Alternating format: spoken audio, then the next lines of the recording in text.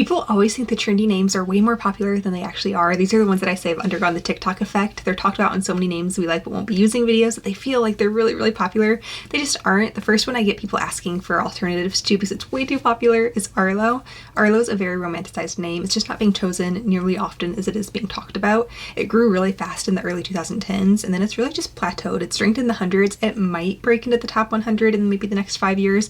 I don't think it's gonna like make it to the top 50. Wilder is talked about by all of like the trendy, like outdoorsy, adventure-y couples and their names we like won't be using videos.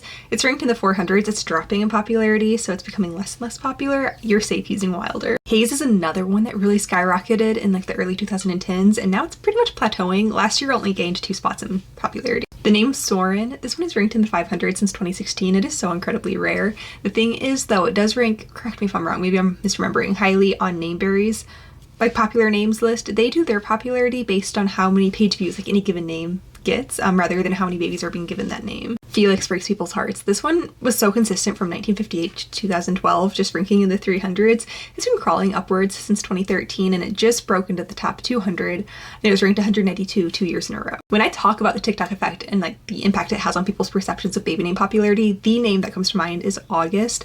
I feel like from 2021 until now, August has been the trendiest name that I have seen on the names we like but won't be using list, and then nobody ends up choosing it. It is like, again, climbing in popularity, but it's not skyrocketing by any means. But if you are somebody who is adamant about avoiding a top 100 name, I wouldn't use August. This one might break into the top 100.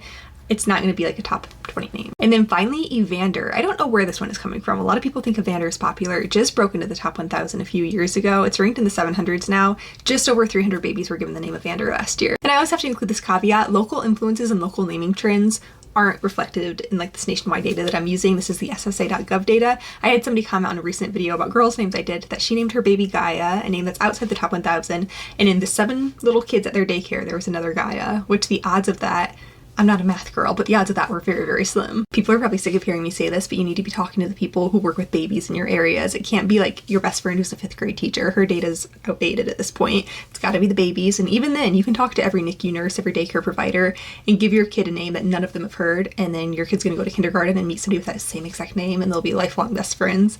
The coincidences happen, but you can kind of try to prevent it by looking at the numbers.